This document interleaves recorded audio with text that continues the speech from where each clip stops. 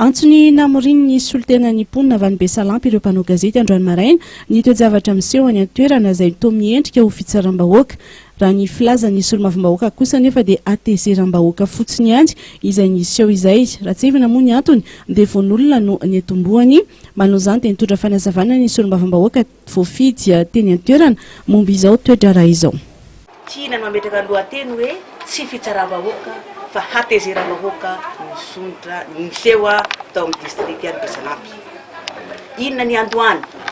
Ny andohany dia resaka vonoan'olona tany Ambongo. Rehefa nisy olona anankiray niaradia tamin'ny olona anankiroa tao anaty sarety dia nitsiry ny hevi-dratsy ka nahatonga an'ilay olona anankiray namono an'ilay olona anankiroa niaradia aminy hatramin'ny sarety. Izay tompony sarety sy vehivavy nandoa fre mba hiara-dalana ho an'ny Besalampy. Rehefa novonoiny le mpandroka sarety sy le ramatoa dia lasa nandosa le olona anankiray atao hoe Lemena.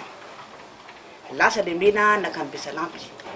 Le rangahy maty, le ramatoa ataony maty nefa torana.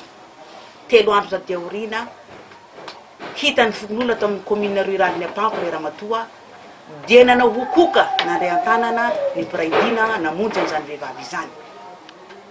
Tonga tany Besalampy ilay namon'olona dia tsy tahitra kony fa dia nanao ny venany anatiny 2 andro fa 3 andro vao tonga ny piraidina avy amin'ny commune Apanko izay nanao hokoky nanambara fa atino nandehanan'ilay sarety nitondra le olona nahavandoza tao amin'ny commune rurale Apanko.